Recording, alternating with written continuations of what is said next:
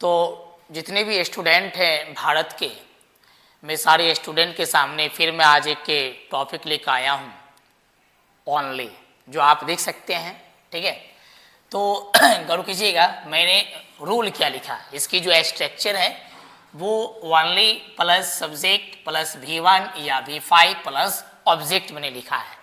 ठीक, अब जैसे मान लीजिए कि मैंने एक फॉर एग्जाम्पल लिया, गौर कीजिएगा सारे बच्चे ध्यान दीजिएगा।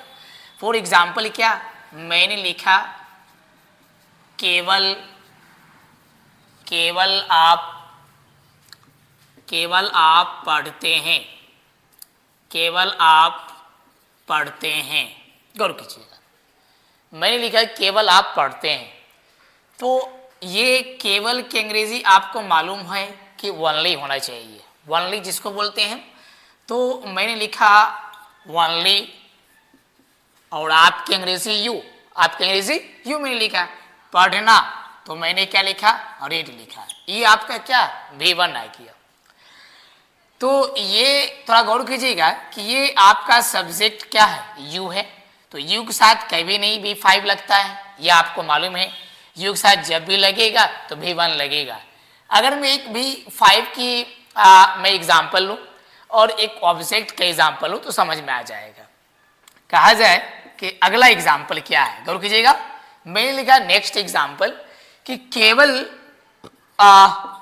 मोनिका, गौर कीजिएगा मैंने लिखा केवल मोनिका अंग्रेजी सीखती है, गौर कीजिएगा मैंने क्या लिखा, केवल मोनिका अंग्रेजी सीखती है। ठीक है ना। तो जितने भी स्टूडेंट हैं गौर से देखिएगा मैं कैसे लिख रहा हूं, समझ में आ जाएगा। तो ये केवल की अंग्रेजी मैंने क्या लिखा, ओनली, ये बिल्कुल डाउट क्लियर है, ओनली। और मोनिका तो मैंने क्या लिखा, मोनिका। ठीक, सीखती है तो सीखना की अंग्रेजी क्या होता है, लर्न्स होता है। यहां V5 आ जाएगा। क्यों, क्योंकि आप मोनिका है, थर्ड पर्सन सिंगुलर सब्जेक्ट, इसलिए यहां क्या आ जाएगा, लर्न्स, जिसको हम V5 कहते हैं।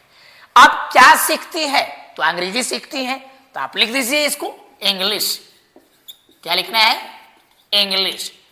तो आप समझ सकते हैं कि यहां जो कहा गया है केवल आप पढ़ते हैं। अब इसका मतलब समझिए क्या होता है कि only you read, only you read. तो ये केवल लगाने से क्या होता है कि केवल आप पढ़ते हैं, बल्कि आपके अलावा कोई नहीं पढ़ते हैं।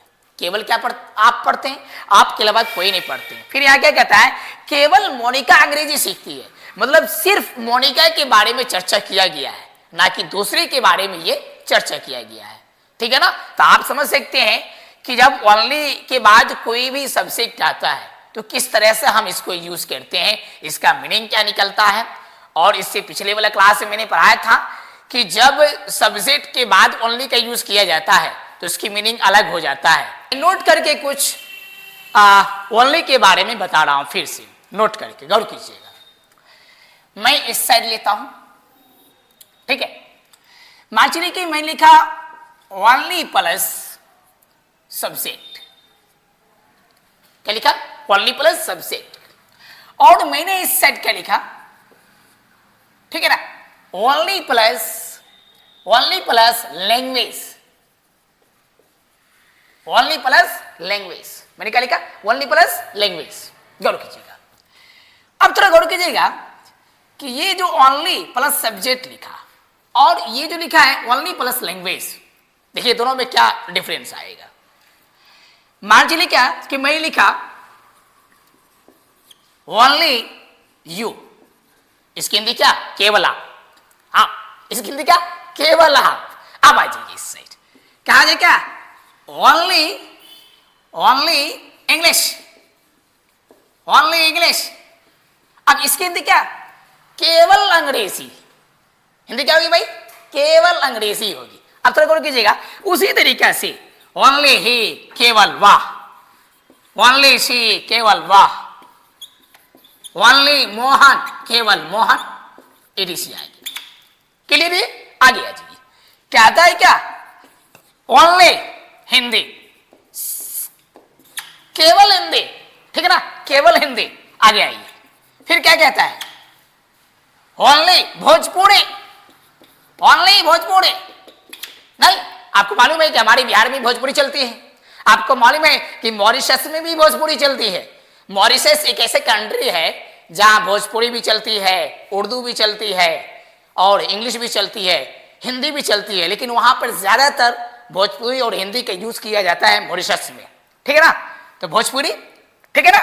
आगे आइए, एक और लेते हैं, ठीक है, ओनली फ्रेंच, ओनली फ्रेंच। अब ओनली फ्रेंच मतलब क्या, सिर्फ भाषा, कौन भाषा, फ्रेंच भाषा, जो फ्रांस की भाषा होती है। आप जान रहे अमेरिकन भाषा, आप जान रहे कनाडियन लैंग्वेज, आप जान रहे भोजपुरी लैंग्वेज, आप जान रहे इंग्लिश लैंग्वेज, बट क्या है कि फ्रेंच भी भाषा है जो फ्रांस की भाषा है, वो भी एक अच्छी लैंग्वेज है, अच्छी भाषा है, उसके बारे में भी आप जान सकते हैं, ठीक है ना। तो सीधी सी बात है, आप यहां समझना है, अगर ओनली के बाद सब्जेक्ट आता है तो इसके मीनिंग अलग हो जाता है, अगर ओनली के बाद कोई भाषा आता है तो उसकी मीनिंग अलग निकल जाता है। तो दोनों का अलग अलग मीनिंग है, ये आप समझ चुके हैं, ये इसका डाउट क्लियर है। ये खास करके आपको स्पोकन इंग्लिश में ज्यादा काम आएगा। आप तो ग्रामर में भी बना सकते हैं, बट क्या है कि आप स्पोकन इंग्लिश में ज्यादा इसको यूज कर सकते हैं। You can use in spoken English या इन स्पीकिंग इंग्लिश, इसमें ज्यादा आप यूज कर सकते हैं। That's all.